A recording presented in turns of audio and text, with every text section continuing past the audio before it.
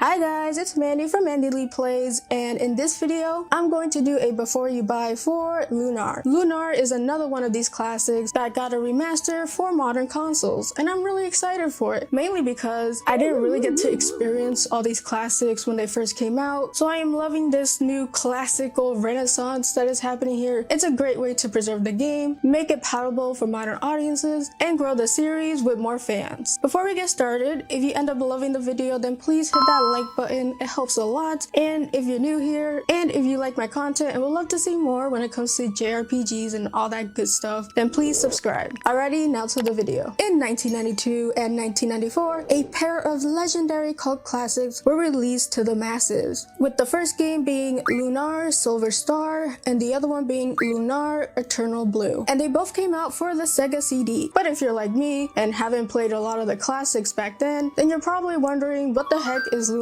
Well, I'm going to try to explain it to you in this video. All of the information that I have is info that I've gathered from the internet, be it websites, Twitter feeds, and other social media. So I'm just letting you know I haven't played the games, but I do my research. And I will discuss everything you need to know before you buy Lunar. First, I'm going to start with the consoles, the specs, the price, and the physical edition. Because there is something kind of weird when it comes to the physical launch of Lunar. But let's first talk about the consoles. Even though the game was presented in a Sony State of Play, it's going to release on all consoles. So it will be available for the Nintendo Switch, the PlayStation 4, though it is compatible with the PlayStation 5, the Xbox. Xbox needs all the W's they could get at this point because yeah, it sucks to be an Xbox gamer. And of course the PC. Though for the Steam Deck, it is still currently unknown. They're probably going to verify it after the game comes out. So this game is available for everybody and anybody. I'm personally gonna get mine for the Switch because it just feels like a Switch experience. It's a game you want to experience handheld. So I'm getting mine for the Switch. And from what I know, there's not really that much tech difference when it comes to each platform. The developers, Gung-Ho, did not provide a spec sheet, so I don't know how they compare between each platform. Knowing how the Switch rolls, it will probably be 30 FPS. As for the pricing, the digital version of the game will be $50, and for the physical version, it will be $55, which is honestly not bad for two games in a bundle. I love bundles, and when you compare it to other games with other ludicrous prices, $50 is looking like a deal to me, which is wild. Now, if you want to get the physical version, it is only exclusive on Amazon. I don't know why they did that, but that's the only way you could get it physically. And another weird thing is you can't pre-order the game. You could only buy it after it releases, because for some odd reason they just didn't do pre-orders. I don't know why they're doing it like this. I really don't see a reason. Every game I've seen has a pre-order except for this one. My one concern is that since there was no pre-orders for the game, you have to buy it after the game comes out, so you're probably gonna have to play it a few days after the game came out. I'm not sure why Gung-Ho did all this. If you know the reason, please let me know in the comments down below, because I have never seen a game that doesn't have pre-orders available. Hopefully there will be a lot of stock since it's only exclusive to Amazon. Also, Gung-Ho clarified by saying this collection will not be a limited release and that there will be plenty of copies available if there is a demand for it. So you now know where to get it and how much it is, but what is Lunar about? Well, let's start with the story for both games, starting with Silver Star, the first game. In Silver Star, you step into the shoes of Alex, a young boy from a quiet mountain village who dreams of becoming a Dragon Master. The Dragon Masters are one of the legendary protectors chosen by the powerful yet benevolent goddess Athena. Inspired by the stories of the great hero Dane, a Dragon Master himself, Alex sets out on a journey with his childhood friend Luna, and what starts as a simple exploration quickly spirals into a world-shaking quest. You know, like every other JRPG. Though I won't knock it for that, we all love a classic story. This earth-shattering quest, which involves the sudden emergence of the magic emperor Galan, which I probably butchered your name, I'm sorry Galan, and he threatens to take over the world. There's probably more to that, but this is just a synopsis. Meanwhile, by contrast, Lunar Eternal Blue takes a different approach. Eternal Blue takes place 1,000 years later in a world that remembers the events events of the first game as a distant legend. In this game, you play as Hiro, an adventurer who stumbles upon a mysterious girl, Luca. Luca falls from the heavens with a mission to stop the ancient evil from awakening and needs to see the goddess Athena to prevent it. This known evil is the deity named Zophar. As Hiro and Luca travel together, they confront forgotten truths and question the divine authority. So we got some rebels up in here, and uncover secrets that has shaped the course of history. Where Silver Star seems hopeful and a little bit generic, Eternal Blue seems to be taking a deeper approach when it comes to the story. And if you look at it this way, Silver Star and Eternal Blue are kind of like foils of each other. Personally, I love my stories to be a little bit deeper, so the premise of Eternal Blue captures me more than Silver Star. But yes, I will play the first game first and then the second game, don't worry. Oh, and it helps that each of the games are about 30 hours. Short RPGs, we need more of them. Now onto the gameplay. This game is your traditional turn-based JRPG style that we've seen a lot in the 90s. I don't think this game set out to be something different when it came to the gameplay, and just because it's samey, that doesn't mean it's not going to be fun. But it does have a very unique twist to it, as it involves tactical positioning that you must move your character into range to execute an attack. And while not revolutionary, it's still pretty cool. You could choose between a standard attack, magic attack, or the use of an item. Some skills hit multiple enemies depending on their position on the map, and while there's no job system, each of your party members do bring something unique to the table. Eternal Blue pretty much uses the same gameplay as Silver Star, but with an added change that along with gaining XP, you also gain magic points, which can be used to enhance magical attacks and unlock new skills for the party. And while the gameplay isn't too deep, the straightforward nature lets the characters be the characters and lets the story truly shine. And for that alone, I think the gameplay fits the game really nicely. And while I do love JRPGs that strive to do something different, having something classic is still good in my opinion. Now on to localization. So the remaster will be using the Working Design Script, which is a company that translates a lot of games from the 90s. Editing Mandy here, and it has been confirmed that they are indeed using the original scripts. So the Working Design Script is the original script. Alrighty, back to the video. During my research though, I can see why the Working Design version of the localization can be quite problematic, especially when they mention different things that came out in the 90s. So in that sense, I can understand why people don't like it. It kind of takes you out of it, but be aware that this game was made in the 90s. But overall, I feel like the localization is done well. Yeah, not everything is perfect, but that's to be expected when it comes to localizing a game. Now, let's talk about the different versions of Lunar and which ones are we getting in the Remastered Collection. Silver Star has 4 different versions alone. First one is a PS1 enhanced port, a GBA remake, and a PSP version, because why not? Anyways, after countless research, the version the Remastered Collection is using is the quote-unquote complete version of both games. So that is Silver Star Story Complete and Eternal Blue Complete, which according to fans is the best version of the game. There are a few differences between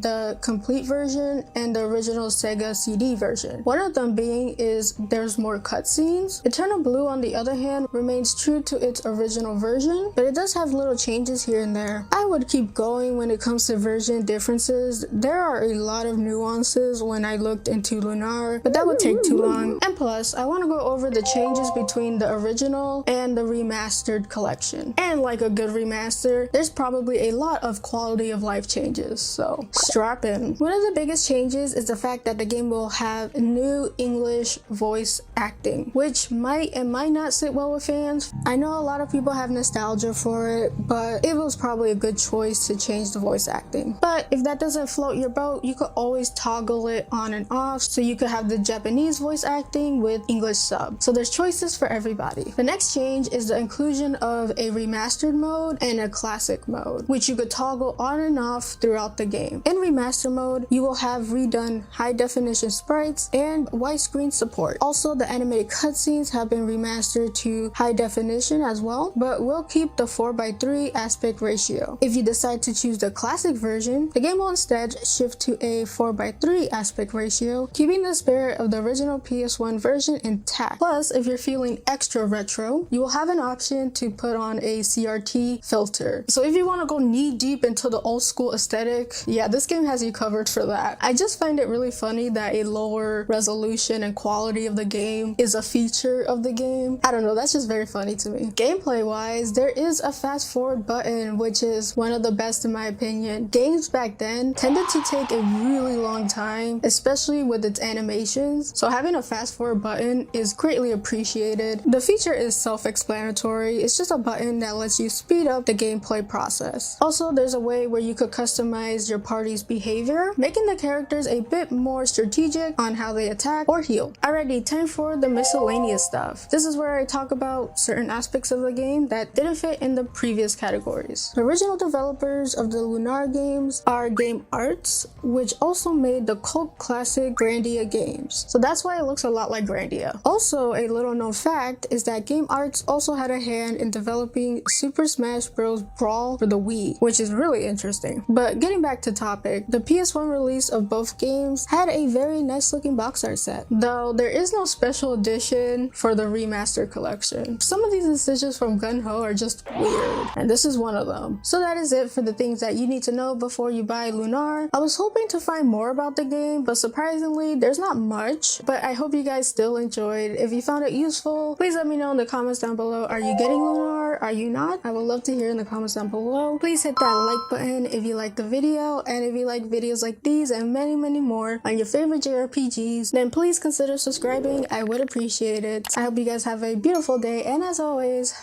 play a good game. Peace.